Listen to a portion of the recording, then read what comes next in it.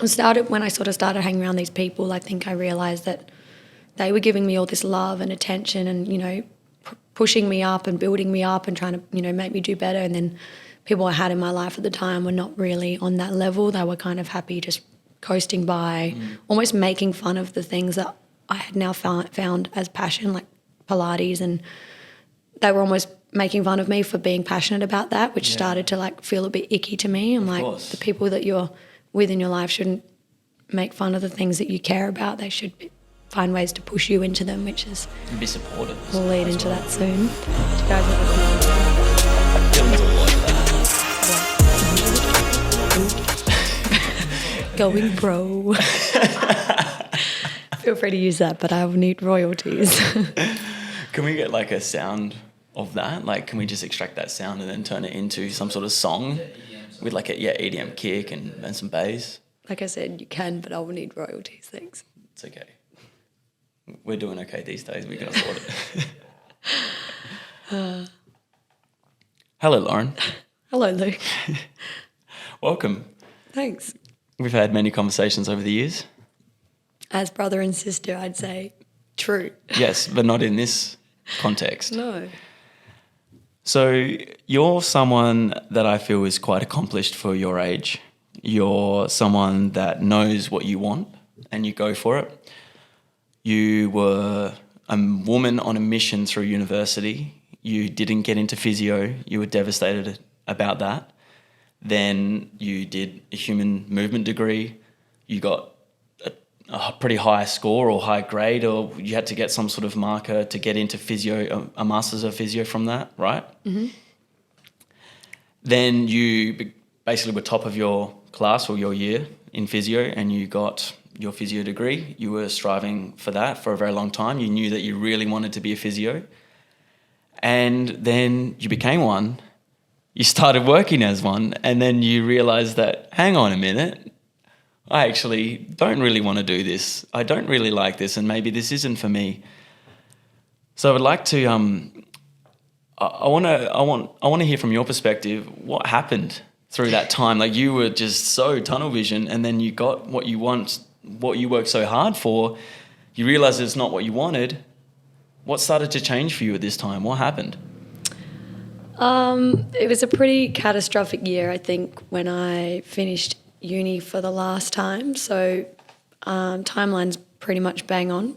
By the way, Luke and I didn't really get along during this time, so a lot of this stuff he'll probably be learning for the first time. Not that we didn't get along, we just didn't communicate with each other. I was a really different person to who I am now, very closed off, and like you said, very tunnel vision towards one goal. And I think I grew up dancing, so from about 4 years of age to year 12, I was a dancer, and I saw a really amazing physio, Jen Guest, shout out if you're listening, and she ended up being my boss. So when I became a physio in the end, so I think when you meet someone at a young age who you really look up to and idolize in a way. Yeah, idolize, and you see them as being really influential to you and your journey, and then I think that was kind of the main reason why I wanted to be a physio. And once I decide something, it's pretty much...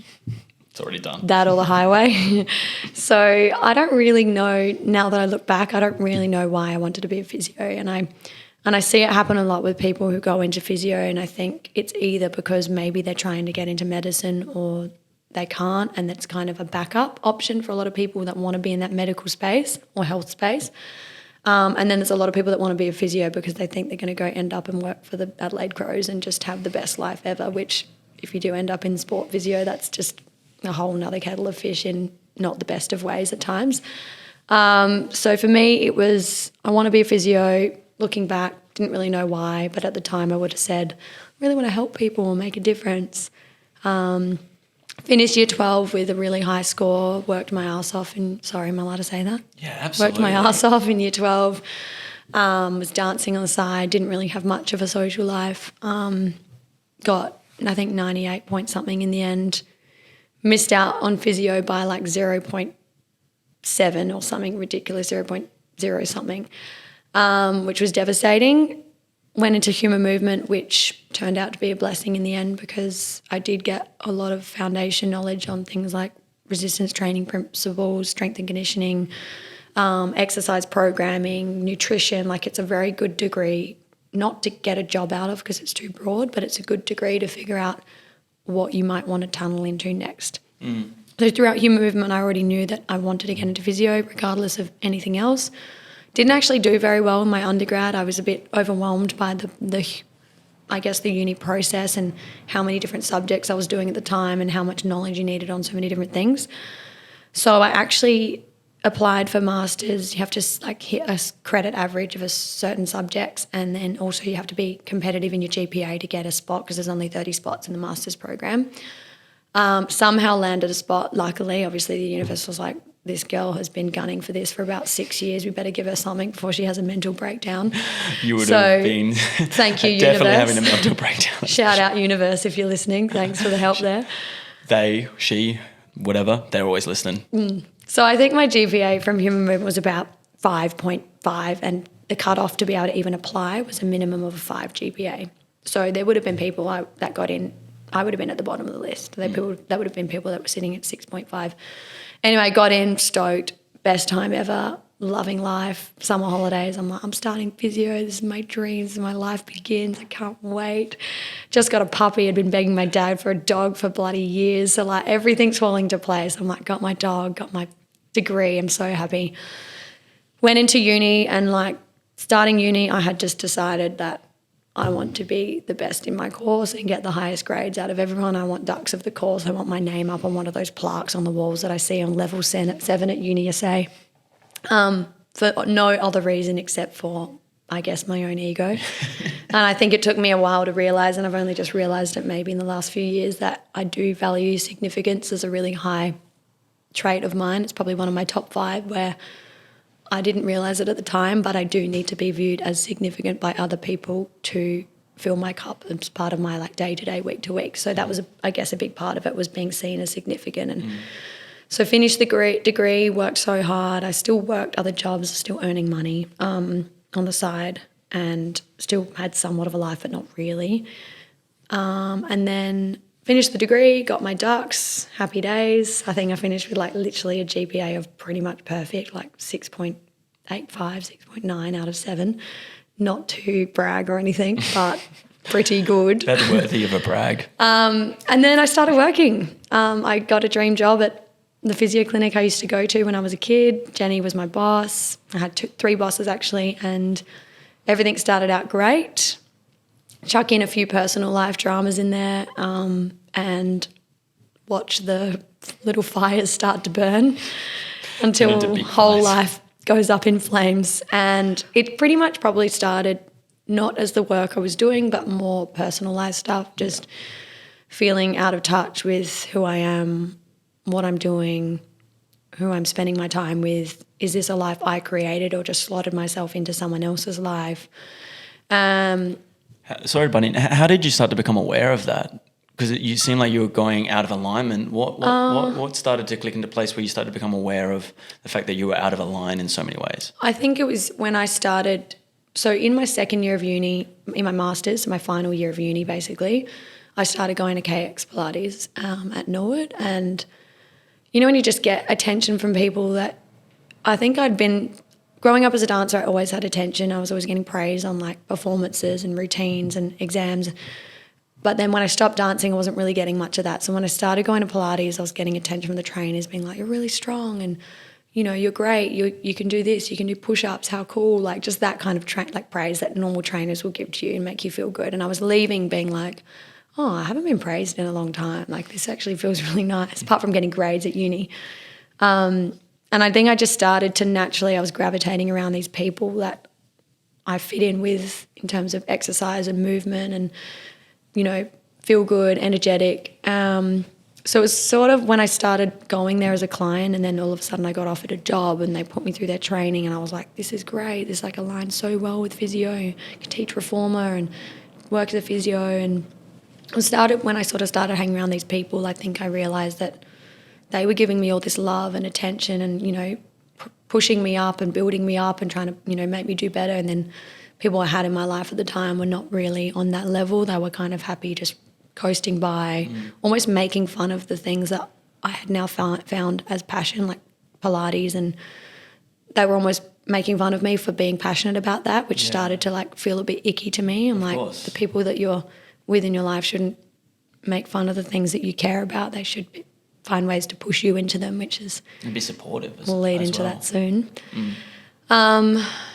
But yeah, and then I started this physio job probably like 6 months after I started teaching Pilates, so it was all kind of aligning nicely, and I just started to notice like a huge shift in the difference of clients I was teaching in the Pilates studio, which for one, it is a commercial studio, so there is going to be naturally a difference between people that walk in off the street healthy with not really many concerns versus someone that's walking into a physio clinic expecting you to help them.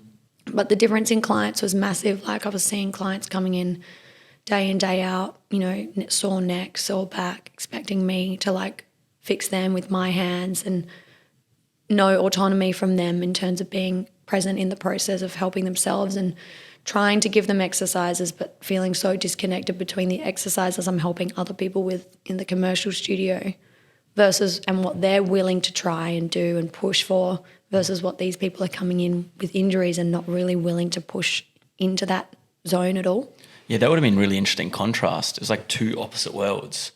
And then would have been very draining to deal with these people in a clinical sense who are always just wanting you to fix them. Yeah, and I think naturally, like, I'm not really a very patient person, which is hard in that setting. Like, it's hard to be patient with people when they don't want to help themselves, I think, and I do it a lot with people in my life, which can be a bit cutthroat, but when someone's not willing to help themselves, I kind of just, I'm like, well, I can't really do much here. Like, it's a good and a bad trait, I think. It's something I probably need to work on, but I'd pretty much by that point gotten all I wanted out of my physio degree. I got my award. You got the plaque. And sometimes I can be quite results driven. So I think it was almost like, oh, I got what I wanted out of you. See you later. Thanks for that. Moving on. So I think by that point I was like, oh, it doesn't really get any better than this. I don't really see myself growing this space. I don't really see myself opening my own practice, because I think in private practice that's really the only way you can make a decent salary. And I was maybe earning like a $60,000 salary for 38 hours work a week. I was working late nights, working till 7, 8 o'clock in the clinic, working Saturdays. I had 2 days off a week, but they were separated, so I never had 2 consecutive days off. I was just draining hard, giving my energy to people that weren't giving it back. Yeah. Is that why there's burnout in physio? Because it's so draining and everyone just expects you to fix your problems? What is the reason for burnout? I think it's more the disconnect in terms of what they tell you or what people think in their heads it's going to be like versus what it actually is.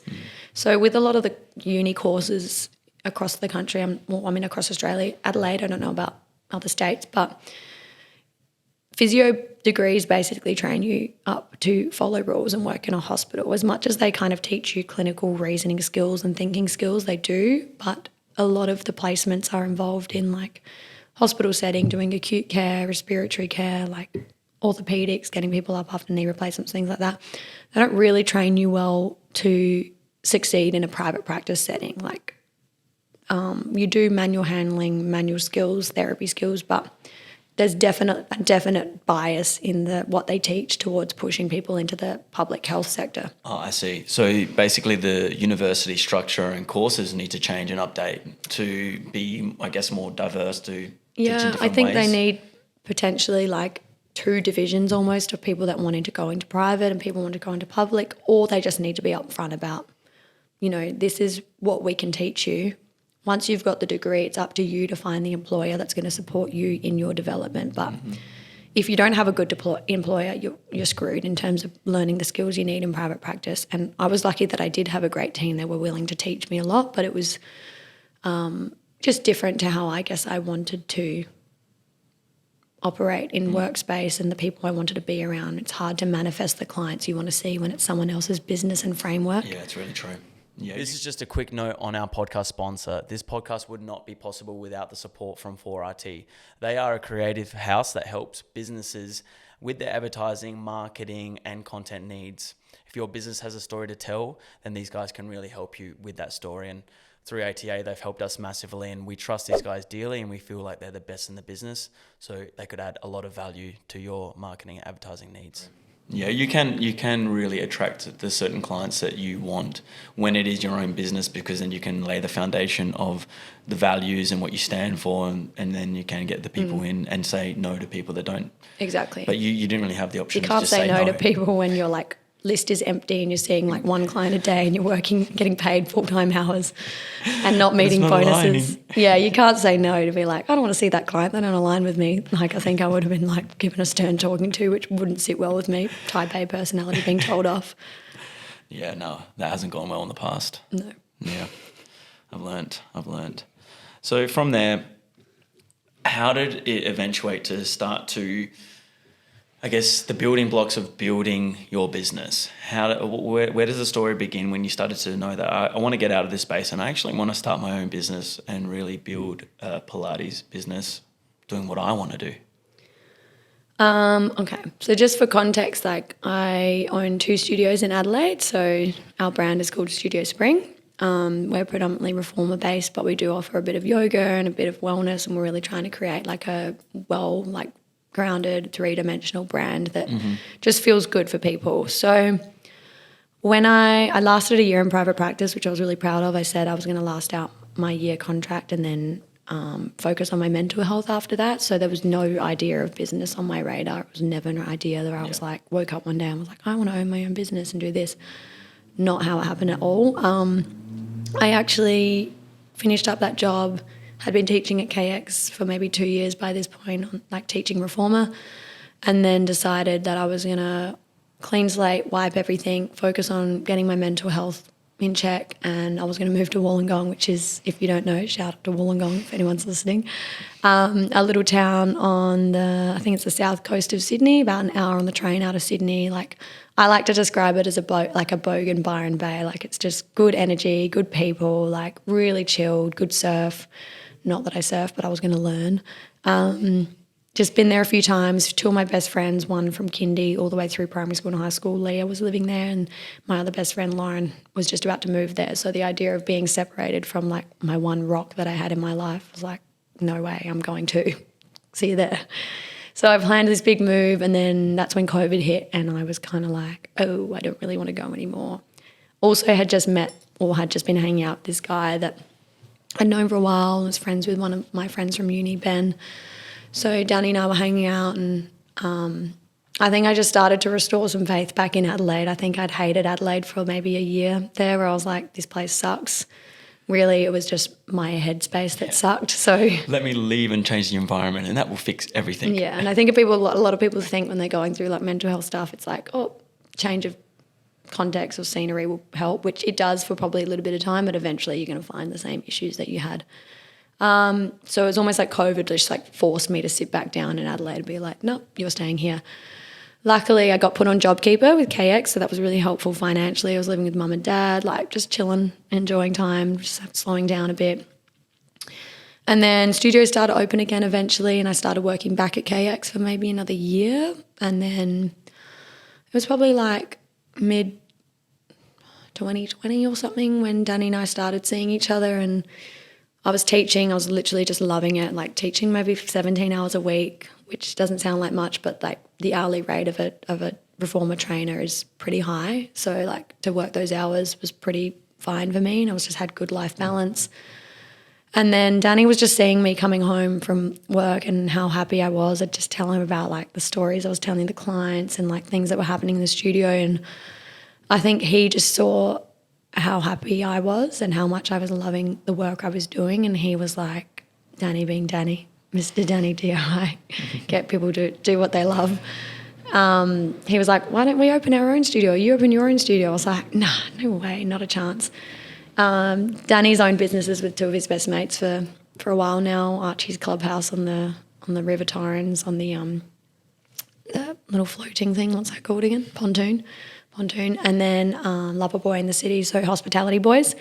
So I pretty much shut him down. I was like, no way, do not want a business, not my jam. And then kept teaching. And then maybe like we went and actually looked at a space with my dad, also to give context around our family, where Luke and I come from a very like anti-risk upbringing, where we're not really, our dad's always worked in like a bank job, and mum's always worked for herself, but they're not the kind of parents that kind of say like, go out on your own, like do your own businesses. It's very anti-risk, very like old school Italian style, job security, save your money.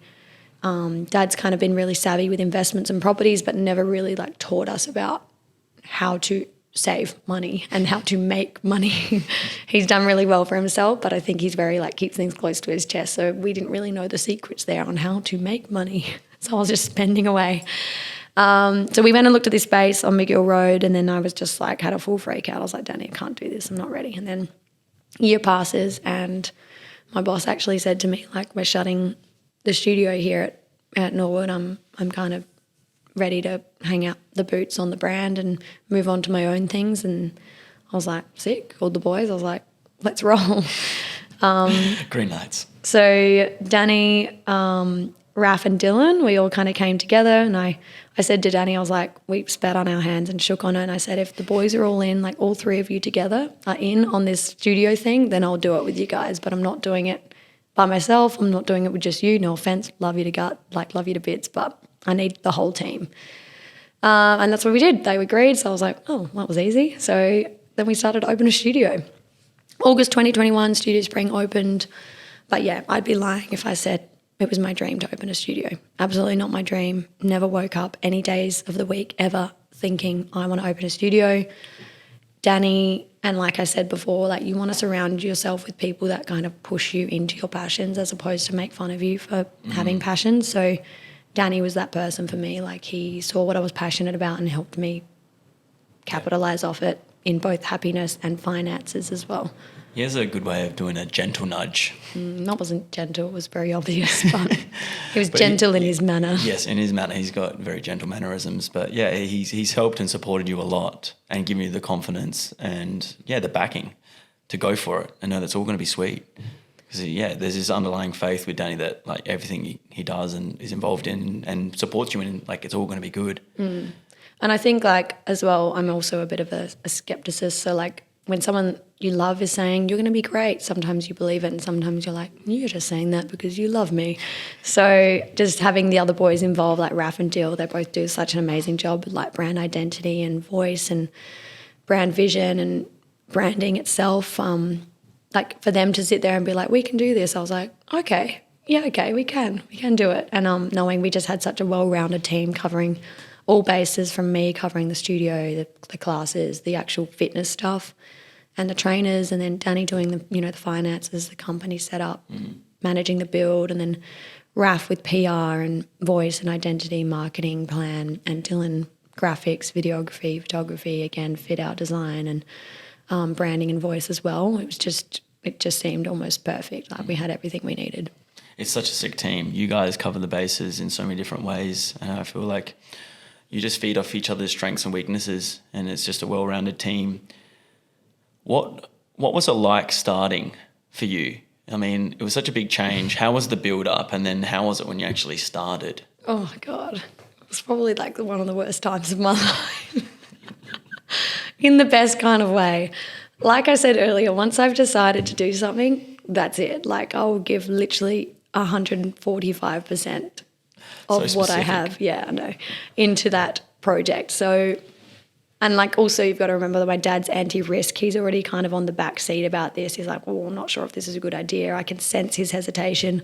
And all I've ever wanted to do in my life is to make my dad proud and just get that, well done. You know how it is when dad gives you that little well done. It's like, oh, that fuels me for the next year. I'm good. Yeah, at least. So all I've ever wanted to do is to make my dad happy and proud and just, feel proud of myself as well. And I think even everything I had achieved up to this point still never had that deep sense of pride. It was just surface level results and posting on Instagram, look, I won the Ducks, like cool moment of like fleeting satisfaction that disappears. So because I went in this process so hard, I think I cried every single day of the fit out about absolutely everything, doubted myself every single day. What if no one comes? What if it's shit? Raf's like, well, we'll make it not be shit. And I'm like, oh, simple is it? And I think I just felt nervous that this career of teaching and training that I really loved, that this was the make or break. Like if we failed at this, I would be so embarrassed that I could never do it again. I would be like, so cool, I'll go back to being like a physio or something, I guess.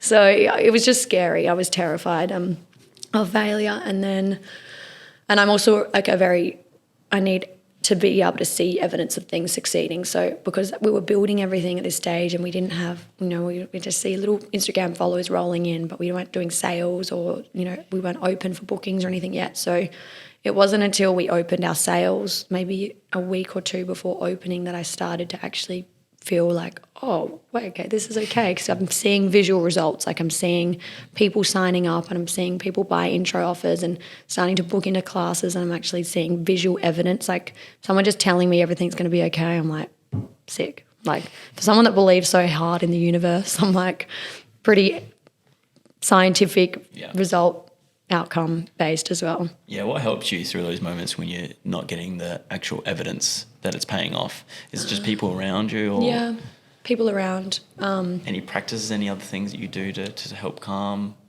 Not really. I'm not very good at tapping into my spiritual chilled out side. Like that's something I'm trying to work on at the moment. But first fit out and opening of the studio was shit. Didn't enjoy any of it. Well, I did. Now that I look back, I did. Said to myself I'd enjoy the second one. So we opened a studio in Goodwood a year later, pretty much to the day.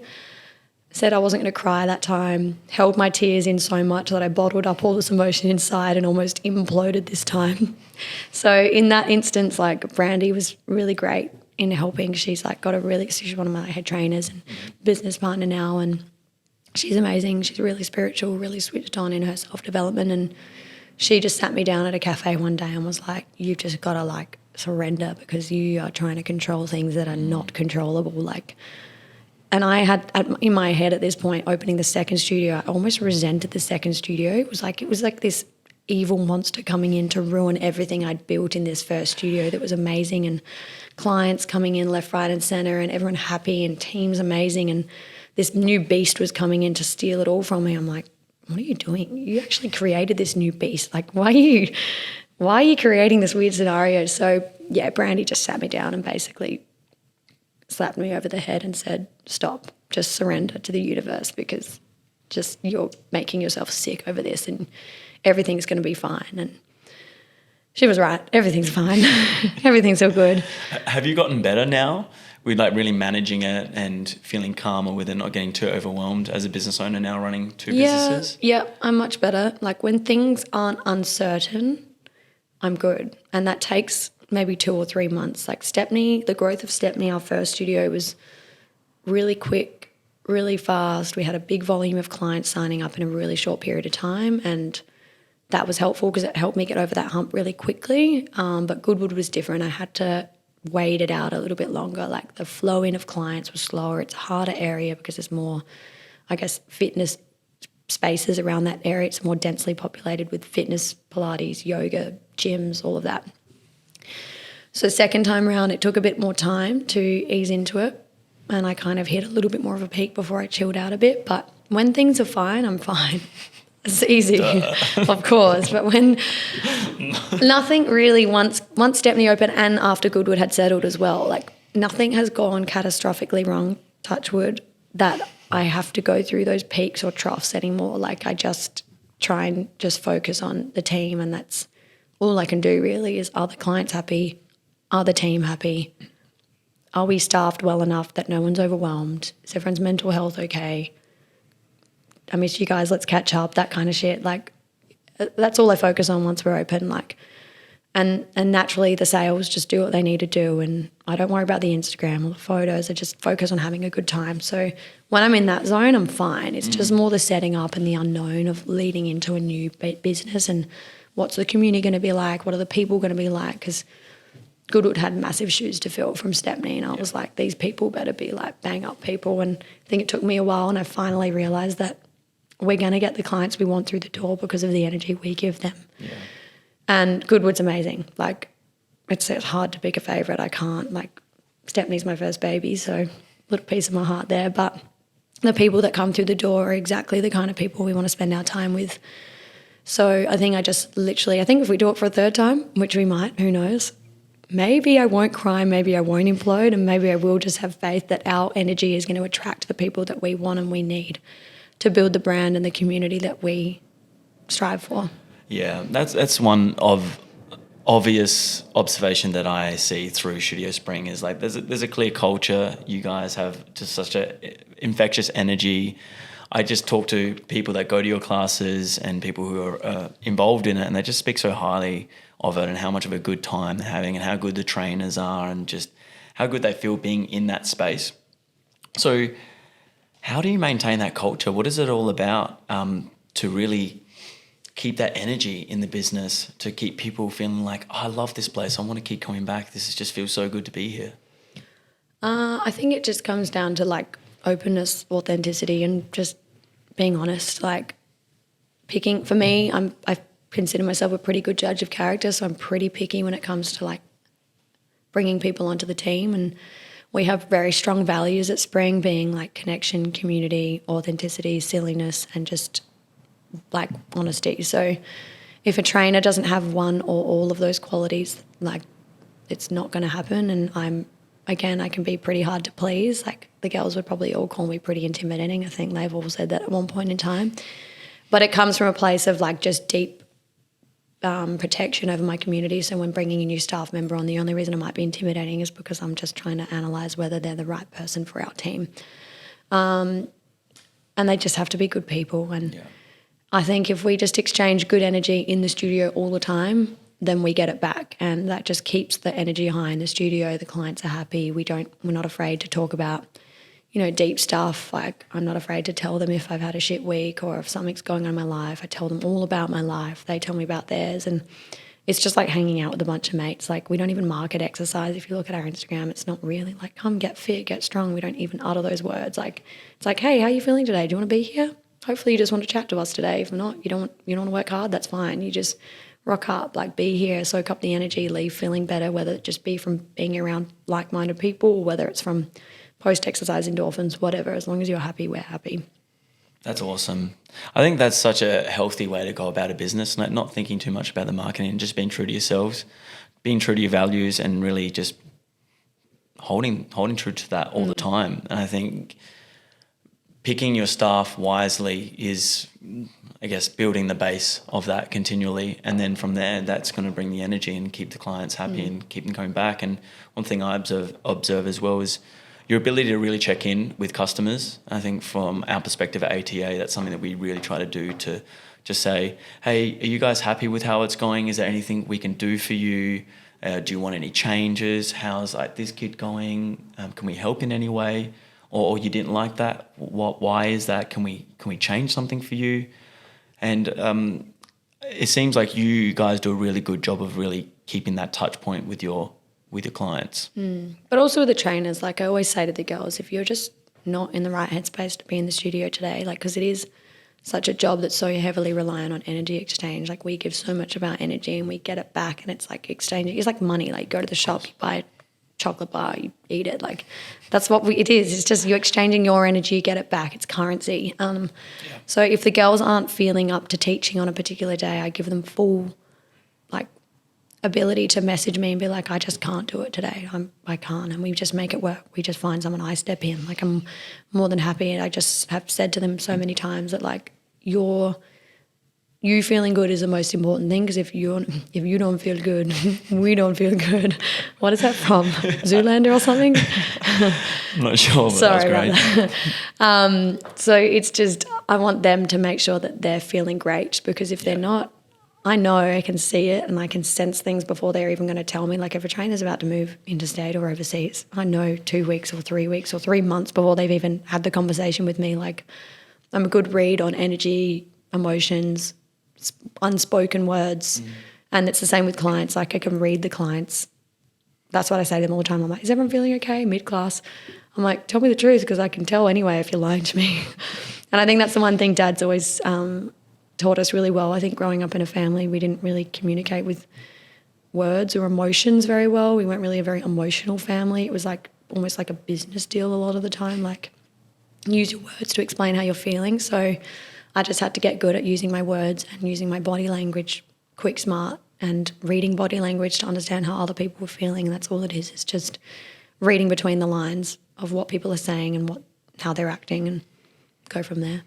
I love that. I think you're just creating such a good platform for your trainers to feel comfortable and honest, just to say it as it is. If they're not feeling it, they're not feeling it. But please be honest. Just share it with me so we can move forward here and then find solutions and feel like you want to be here, because I don't want you to train if you don't feel like you don't want to do it. You want to keep that energy up. One thing I wanted to talk about was you had your physio background. I feel like that's given you a bit of a superpower as a Pilates teacher, and anatomically knowing the body. How does that actually help you when you're instructing the class? I think it just comes down to knowledge of the body. Like, to be honest though, a lot of that knowledge is just stuff that I just happen to have in my head, but I've crafted it around the reformer and the biomechanics and the machine and the body. But I don't really think it's like that knowledge that helps the most. It's probably more so just, again, communication, because if you don't understand or you don't even ask the right questions to understand what people want or need or how they're feeling or what they're experiencing, then you can't fix it or make it different. So I think it's just that development of that ability to listen that we probably developed through uni with like clinical reasoning skills and asking the right questions, open questions as well, to give people a chance to actually answer for themselves. So I think it honestly probably is more from my communication than my knowledge. Like, I think I have more knowledge than what I give myself credit for sometimes, but I do think I owe everything to my communication and how I just make sure I'm listening, asking, checking back in. Like, when I'm making a correction, I obviously know how to make it better for them, but I always make sure I ask. Like, can't just go around and fix someone's pelvis and then walk away, because they're probably sitting there being like, oh, and then they've forgotten. Like, people need to be treated like they don't know what you know, so you need to share that knowledge. So I'll kind of recorrect and just be like, I won't say you can feel your abs now, because it's just answering the question for me. Like, I'll say to them, does that feel different? And they're like, yeah, it does. I'm like, can you feel your abs more? Yes, no. And they're like, yeah, I can. I'm like, cool. Like, and then I'll give them a bit of like education around that. So it's just, again, more comes just down to the words and the checking in and the getting reassurance that they've understood what you've said or whether they haven't, and just taking that time. Yeah, that's really great. I think then you empower the clients to actually start to figure out some of the patterns and some of the reasons why they might be lacking strength in certain areas, or why they might be getting little niggles in certain parts of the body because they're not activating the core in this context. So I think that helps people find the solutions to figure out what's actually going on. But also confidence in how you're saying it too. Like, no one's going to believe a trainer if they're like, all right, we're going to do a plank, let's put our hands here and just tuck your tailbone, and they're going to be like, oh, I feel my back, because naturally they're like, I don't trust this person, which makes me not trust myself, and then how can I feel safe in this environment if they don't even sound sure of what they're saying? So it's just like, you have to be confident in what you're saying, and whether it's right or wrong. Like, sometimes I spit out facts that are just total not facts at all. Like, I think one time I said the hamstring contracts both, I don't know, I said some weird fact about the hamstring, looked it up later, totally wrong, but at least I owned it at the time. But it's just going in with confidence too. Like, no one's gonna feel safe with a trainer that doesn't sound sure of themselves. And then being humble enough to admit if you did get something wrong, say, hey, like, I stuffed up here. I'm wrong all the time. I'm silly. Yeah. What do you notice in people's bodies? Like, what are some of the common injuries or things that you think people struggle with that needs correcting more of the time? A lot of the time it sits around people's ability to rotate, and I think people don't realise that your spine can rotate from down low in your spine, not just from up high in the spine. So lack of ability to rotate while fixing either the upper spine or the lower spine, or rotating the whole spine. Hip flex is obviously huge for people that sit at desks all the time, and just an inability to, like, we've got that mapping in our brain. So when we've got basically a somatic representation of our body over our brain, and the more you use a part of your body, the bigger that representation gets, and then the less you use it, it starts to shrink, and your brain actually just gets rid of that area and its focus because it doesn't need it. Like, our brains are smart in favouring what it needs to know the most of. So if you're sitting at a desk all day and you're very rarely using your pelvis in different ways, like forward, back, laterally, circles, you're not going to have that somatic representation and that mapping in your brain. So then when you go to try and activate that area, it's like driving a manual for the first time. Like, you're on, like, what's it called? Your clutch is going all the time. You're not going anywhere. Like, it's just clunky, messy, confusing, doesn't feel good. So a lot of the time it's that ability to isolate the pelvis and the lumbar spine, so lumbar and pelvis together as a unit. So I pretty much teach clients how to twerk for a living most of the time, which I've been doing a lot of this week. And glorified twerk teacher. And I'll call it that because it just things that make sense for people. They're like, oh, I kind of know what a twerk is. Like I can picture that, I can visualize it. So I'll go through weeks where I see something and I'm like, I really want to correct this week for a lot of people. And some people might do it perfectly, some might do it okay, some might be terrible. And I know my limits. If like I'm not going to be able to get someone there and they've got all these symptoms and they've got a lot of barriers that they already need to overcome, I'll refer them on to a physio. Like I'm still a physio, but I'm not practicing in that setting. And sometimes things just need to go way back to basics where they just need to sit down and speak to someone, get it all off their chest, and someone needs to actually do the interview process of a assessment where they actually figure out where these beliefs or symptoms might be coming from, whether it's actually the physiological thing or whether it's a belief that they have in their head. And I'm pretty good at picking that up sometimes, and I can definitely de-threatenize. It's a great word, if it exists. I don't know. I hope it does. We need to get Dylan on here for a fact check. Fact check on de-threatenize. Don't worry about it. Just take that threat away from movements and help people to feel empowered that it's safe to go there. Like, guys, you're going to feel your back here. That's normal. We're working your back. Or like when we're doing movements that you'll feel your glutes, you might feel your back as well, because only natural that you have to feel your back here. It's physically holding you up. So just trying to create that safe zone around what they're allowed to feel, create those barriers of, if you're feeling this, please let me know so I can help you. Like, just be honest with me. Like, we can make it better. We can fix it. We can change it, whatever. So it's mostly around like pelvis control, rotation, crappy hip flexors, crunching, feeling your neck, shoulders, just the common stuff. A lot of like osteoarthritis in the knees, which again is like a hard thing to fix because it's a degenerative condition, but we can modify. Like, it's a really great form of exercise for people that can't do much else because of the knees and joints that are degenerative, sore, achy, because it is so low impact. So yeah, it's really healthy and helpful in that way. And everything you're explaining sounds really healthy. Have you seen some really positive change with some clients over time that you've been seeing for like over a year or two consistently? What sort of changes have you seen in some people? I've got a client that I've actually been teaching since KX days, so probably like 6 years now. And it's funny, I've gone through a lot of stages as a trainer myself. Like, you're going through that phase where you're new and you're just trying to like teach all the cool exercises and you don't really know why you're doing it, but it's just fun. And then I went through my phase of being like a real boot camp trainer, like, let's get your heart rates up and let's sweat everywhere and let's throw our body weight around and throw heavy dumbbells. And then, kind of get bored of that pretty quick because you're just messing people up all the time, but you don't really like, you're just again like, why am I doing this to people? Like, and then I think just after COVID, I really started to tap into like, hey, I've got knowledge and I'm a physio. Let's just like chill out on the boot camp style and just help people listen, have a good time. And then I think that's where I really started to translate into this new zone where I just really want to be an educator and help people in the way that I used to in the clinic as a private practice physio, but now in a commercial setting. Like, people feel empowered to move their body and teach them about their body. And I forgot the question.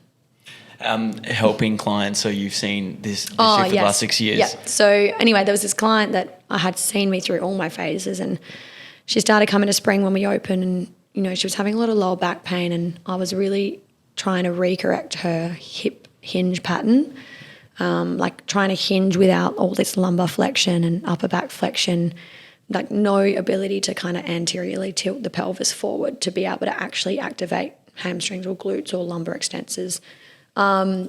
And I sent her to a physio, but I was also working really closely with her in class to try and get her abs to actually switch on in planks, and her hip flex is really tight. So we got a long way in classes. I think she saw the physio a few times, but it was honestly just like me spending some more quality time with her in the classes, whether it be like an extra 20 seconds here to get her set up or an extra 30 seconds there in the middle of the sequence. And she has changed so dramatically in her movement patterns. Like, I can't even believe I've been teaching her for 6 years. I feel embarrassed that it's taken me 6 years to fix this movement pattern. It takes time though, especially when people have been doing something for so many years in their life, like to unwind that. Yeah, but also for me, I think as well, like, I was new to it too, so I was only figuring it out. It's only now that I've got 6 years of experience that I can see something and be like, I can fix that. That's not right. Or But yeah, it's like seeing a different person move now, and it's so nice when you see her eyes light up and you're like, how are you going? She's like, I feel so great. Like, so like some days, like not every day is amazing and like that's fine. But I think again, when she's having days where she's feeling a bit like, oh, not great today, a bit stiff, she's acknowledging that it's like, it's just one of those days, like maybe had a big weekend or like, you know, just went for a run and didn't stretch, or like getting close to like having a period or something. For women, that's like a big thing. Like, she can acknowledge that it's not a forever change. It's just one day where it's like, oh, not great today, but it'll be fine like next week. Yeah, well, she'd have a lot more awareness around her body to then actually have tools and to be able to change it and do certain exercises that are actually going to help her condition, rather than before not having any idea of how to actually change anything. For sure. So, Studio Spring, killing it in my observations. You guys seem to be really bringing in a different energy compared to other studios in Adelaide. And people recognise that. People love your authenticity and what you bring and how you really try to make that and be that difference in Adelaide. You're starting a new project, though, called Scrambled Education. Can you tell us a little bit about what that is and why you're doing it? Yeah, so Scrambled Education is like a little love child, I think, of me and Brandy, one of my trainers and business partner, and all round just legend. She's like my spiritual leader. So it kind of just stemmed from the fact that we have been hiring these staff, and we've got a clear vision of the kind of trainer we want in terms of personality and ability to connect with the clients first and foremost, just being a good, fun, silly person, ability to fit into the team culture, and then knowledge, which we do obviously highly value qualifications and things like that, but firsthand I know that having a physio degree doesn't make you the most knowledgeable person in the room. It's just a title. A lot of the time it depends what you do with it and how your brain works and how you apply things. So also how you communicate. Yeah, bad communication with heaps of knowledge, like not going to fly in the studio, unfortunately. So we were pulling these trainers through, and you know, they've gone through other training courses to be Pilates instructors, or maybe they're a physio and they're wanting to do some training, and like they've got good energy. And we were kind of training these people up ourselves and spending all these hours. Like, I think we ran a little intake. Well, before spring, Stepney opened our first one, I was running little workshops in our pool house at the back in our family home, teaching these girls that had never taught reformer before to be like my new like rock star dream team at my new studio, to clients that have been doing Pilates for 5 years, because a lot of them came over from the studio I used to work at. So I was training them up, like, you know, upwards of 5 hours a week of training with them and trying to pass on my knowledge. And then over time, I just got more systematic with how I trained the team up, and Brandy's approach to reformer was quite different to mine. So we kind of started to merge our two approaches, with Brandy being quite strength SNC based, heavy rep based, as opposed to kind of the Pilates I'd taught in my time, which was a little bit more boot campy and flowy, like the class flow. Maybe didn't have as much intention, where we've kind of really both just honed into this style where we want intention to our classes. Like, for example, the last week, my classes have been circled around, you know, teaching pelvic and lumbar control. So a lot of the exercises will mimic that movement, or classes might be split into, you know, upper body pull exercises, so biceps and back like you might do in the gym, plus a leg set and maybe some core. So we've kind of really just started to play around with these new styles at spring, being like reformer strength, so upper pull splits or push day for upper body. Similar to how you might go to the gym and train. Like, no one goes to the gym and runs from like the leg press machine and quickly goes and does a plank and then they run back to like the squat rack and they do squats. Like, that's kind of what you do on the reformer. You quickly go from one to the other. And I kind of just sat down and we're like, why are we rushing? Like, slow these classes down. Let's put some more structure into them. Stop working every single muscle in the body, because it just got to a point where I felt like other studios and how I had used to be teaching, it felt like we were just working a whole bunch of different muscles and getting a lot of everything but not enough of anything. And it's just almost like a HIIT workout then. It's like, well, what are people here to achieve? Are they here to get strong? Or are they here to like lose weight and get fit? Like, really at spring we're here to just hang out. So let's hang out and get strong instead of like be puffed out during boot camp classes where no one can talk to each other anyway. So we started to form this new structure of like teaching our classes and then training our trainers, and people coming through with other qualifications just weren't hitting it. Like, the other courses were just not teaching them what I wanted them to know. It was teaching them history of Joseph Pilates and the founding father of where Pilates came from, which is great. Like, we want to pay our respects to the person that created the machine that we're moving on. But it's just that, like, no one kind of teaches the history of the squat rack and how it was developed. They just use it for what it can do. And the reformer is like so versatile in what you can do on it. So let's just look at the reformer. What is this piece of machine? Hey, Joseph Pilates created the reformer. Cool. Let's put that aside now. We're not going to go through any of that. We're not going to teach you any repertoire of, like, you know, how to layer things. It's just like, this is a machine. This is what it does. This is the biomechanics of the machine. This is your body. This is what it does. This is the anatomy and biomechanics of your body. Let's put these two together and teach them about intention of classes. We didn't want to teach our new trainers that most recently came onto the team, okay, here's a booklet of every single exercise and every single spring option you could choose, because that was the way I was taught, and it just really put a ceiling over my head of, like, there's a limit to this, but there's no limit. Like, there's no limit if you have in your head, I want to work this muscle, this is what I want to achieve, I want to do strength today, or I want to do strength endurance, or I want to do power. If you just sit here and be like, okay, I want to work my bicep, I want to focus on strength sets, so really heavy for small range of reps, how do I achieve that? That helps you to decide the spring, not, okay, I'm teaching a heavy squat, spring is red, yellow, or red, blue for beginner, intermediate, advanced, forever. Not true. I'll teach sometimes squats on, like, super heavy springs, but I just justify it, and I have to be able to sit there and be like, this is my reasoning behind my spring based on what I want to achieve from this exercise. So teaching trainers to be better critical thinkers and more autonomous in making their decisions with their springs on what they want to achieve. And you can't do that unless you know what you want. You can't decide on the springs unless you know what you want from it. So that's kind of where Scrambled Education came from. It's going to be like a reformer training course.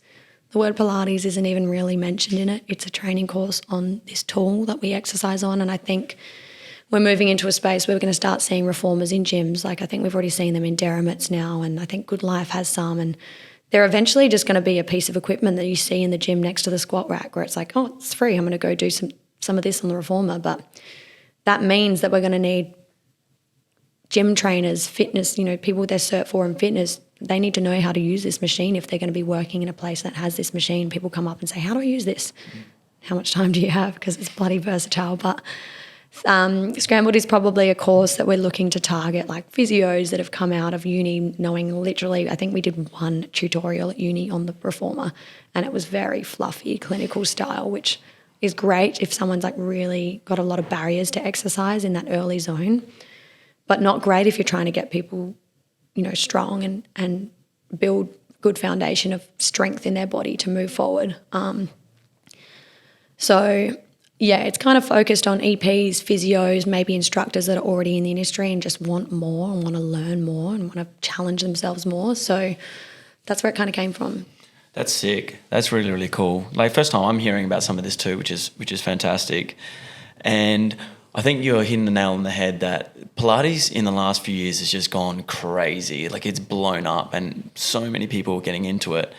And I think you're right. I think you're coming into it at a really good time to say, like, these reformers are probably going to be in gyms. They're probably going to be in other places. And how do we actually use it? There's no real specific course or training for people, maybe not even in the space, to know how to use it. So I think you're coming into it at a really good time, and it's going to help a lot of people, and it's going to put this machine more on a mainstream level and help people to use it better and reap the benefits of how it's actually helping so many people. For sure. So, like, how does this look? Like, what is this program? Is it like an online program? Are there videos? Is it like a portal? Yeah, ideally it's like, at the moment, part online, part in person. So we're kind of working into a structure of the students will do a couple of online videos that week, and each is like a 12-week module course, so 12 weeks, module a week, different focus. First couple of weeks all online, covering anatomy, biomechanics, strength and conditioning principles, resistance training principles, motor control, motor planning, things that you need to know about the body and understand the person and understand the machine. And then each week from there we'll focus on, we're going to do lower body push for 2 weeks, and we're going to go through the anatomy of the lower body, the exercises, the functional movement patterns, different considerations when it comes to springs and lever length and body mass and height and positioning and strength endurance,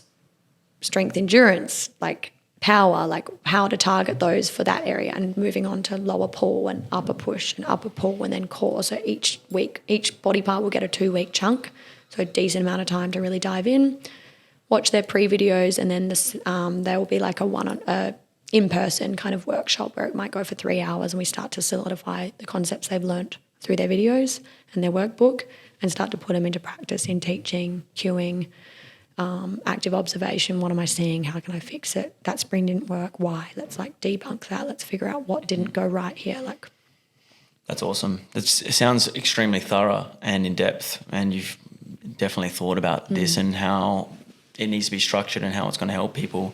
And one thing that I'm really hearing in this conversation is your passion to really help through Pilates and help people with their bodies and just have a good time and not make it too serious in the process. What really drives you? Why do you really do this, and why are you pushing so hard and really doing all these things that you're doing?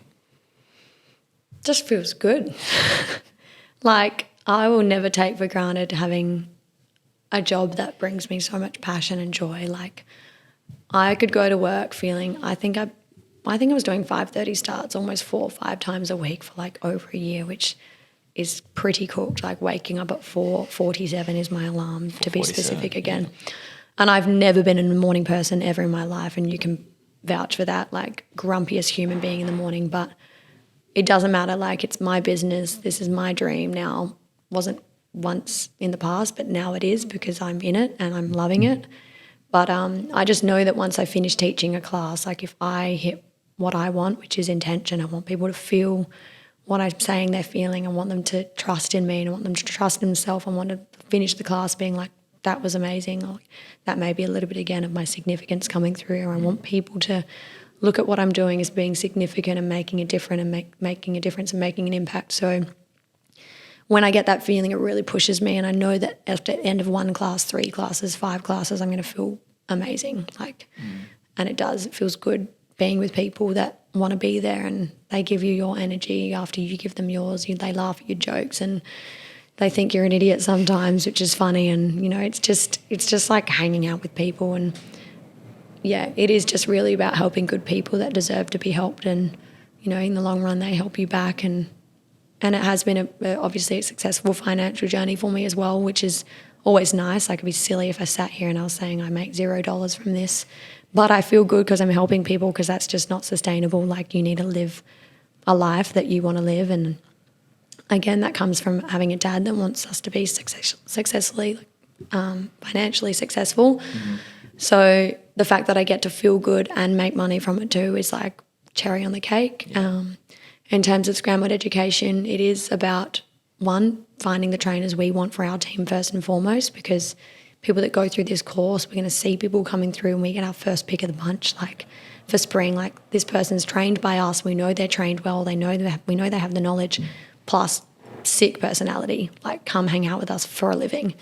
Yeah, that's really smart business, because then you can just keep the flow of quality coming in and then make sure that the teaching team is just on point, and then you can just keep the quality up through the studio. Yeah. And I think there's like an idea that people have that you can't teach Pilates, or we don't really call it Pilates anymore, but like, we can't teach reformer or whatever full time, but we're trying to really like find those people that want to, because you can. Like, we've just taken Sydney, who was one of our trainers, that we trained her fully ourselves, Brandy and I most recently, and she's just such an autonomous learner and taken everything so on board, and she takes on feedback so well, and she's just switched on, and she's just finished up her other job to move with us full time and teaching across both studios and moving into a little bit of admin. And we're a young brand. We're only almost 2 years old, like not even 2 years old. So like, there's still so much left for us that we don't really know what's to come. So we can't really say to these people, this is where you're going to end up in 5 years with us, but we can say that we want you to be a part of the dream moving forward, whatever that might be, whether that's, studio management, or, if I go off to start a family, we need someone to step into these roles, or grow the brand into state, or whatever. Like, there's room to grow, so we want to find those people that are going to be our key team when we get to that next stage. Amazing. What does the future hold for you? Where what do you really want to bring into your space in the next years, or where do you feel called to move into? Brandy and I have always said, like, Studio Spring is a brand in itself, whether there's a reformer in the room or not. It's a solid brand, and the boys are the ones that have kind of helped create that and the community. So whether we have reformers or not, Studio Spring remains. I think we've always said that, you know, there could be a day where all of a sudden the reformers are fad and see you later, no one cares about it anymore. We just clear the space and we find something else to help people move, whether that be a whole new movement form or putting a gym in there. Like, it doesn't really matter to us what we're doing there, so long as the people that are coming through are happy and we're feeling good and people are leaving happier than when they walked in, lighter, you know, feel like they've been seen, heard, listened to, acknowledged. So I don't know, I guess if reformers die like the dinosaurs, then we will move on to something else. We're just going to follow the trends, and not follow the trends but try and set them a little bit. But for us, it's really just creating that space around, this is our style of reformer, this is how we're different. And I think a lot of the time people might look at Spring and think, oh, it's just like KX, which if you did a class, totally different in so many ways. So just continuing to push our style, our ethos.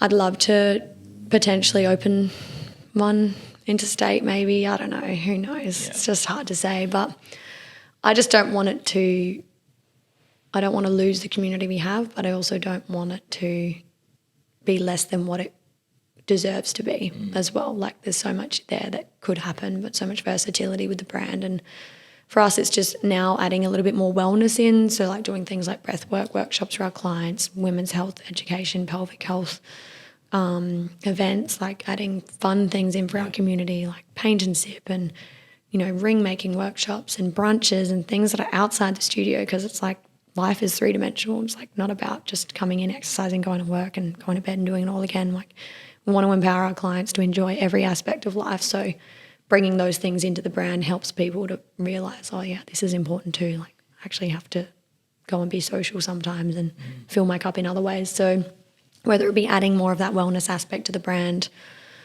whether it be scrambled education, absolutely popping off and running workshops interstate, overseas, fully online, having a team of people that are scrambled educators. Danny hates that. I don't know. There's so much in my head. I think at the moment I've always, in the past year or so, I've always been like, all right, now what? Let's open another one. I'm ready. I just want to enjoy the two and keep them pumping. And we're adding a gym at our Goodwood studio. We've got a third space in there now, which we're ready to fit out for some really strength-focused classes in there, upper push, upper pull, lower push pull, just like really focused classes, getting people really strong and opening people's eyes to different things. Just rolling with it. All of this sounds sick, and I love it. I love what you said about if the reformer died, it goes on at Spring, that you just find a way, you adapt, and it's just all about the energy and the culture and the community that you have and just keeping that thriving. It doesn't really matter what the modality of the exercise is. It's just keeping that community feeling and adapting with the times, which I think makes you guys feel a little bit more at ease to know that it's not about the Pilates, it's not about the reformer, and if that died, like, we're going to be sweet still. And yeah, you guys have built a really good foundation, which if something did happen, I know that you guys would be able to weather the storm and move forward in a new direction and do great.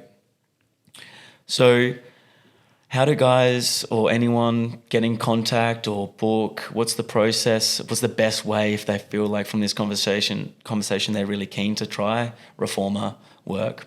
Through our app, probably. Just Studio Spring app in the App Store. You can select your studio location, Goodwood, Stepney, wherever you're closest to. Intro offers, super cheap, super affordable to try it out if you're not sure whether it's for you or not, because let's face it, not everything's for everyone, and we're a pretty big personality in there, especially if you're stuck with me or Brandy. So, you know, Brandy's energy is not for everyone. It is for a lot of people. I'm so here for it. Yeah, same.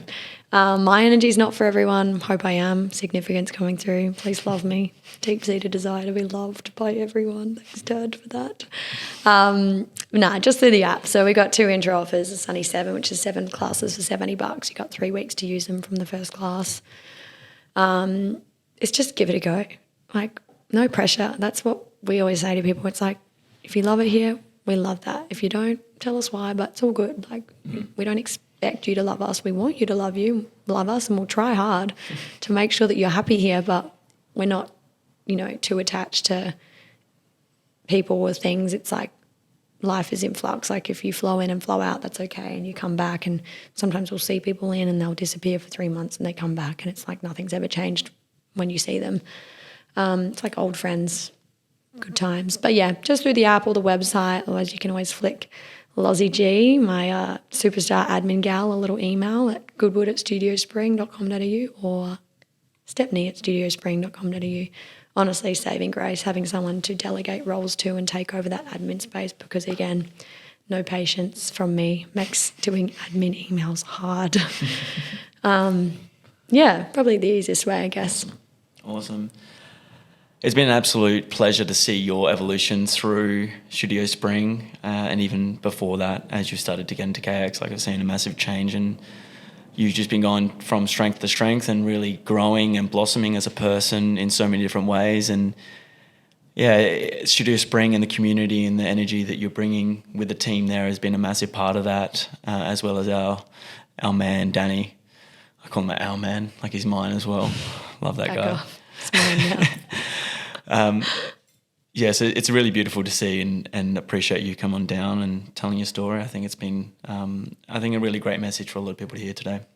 Cheers, bros. Thanks for having me. No worries, Kaz. Thank you. Thanks, Luke. Chat soon. Ciao.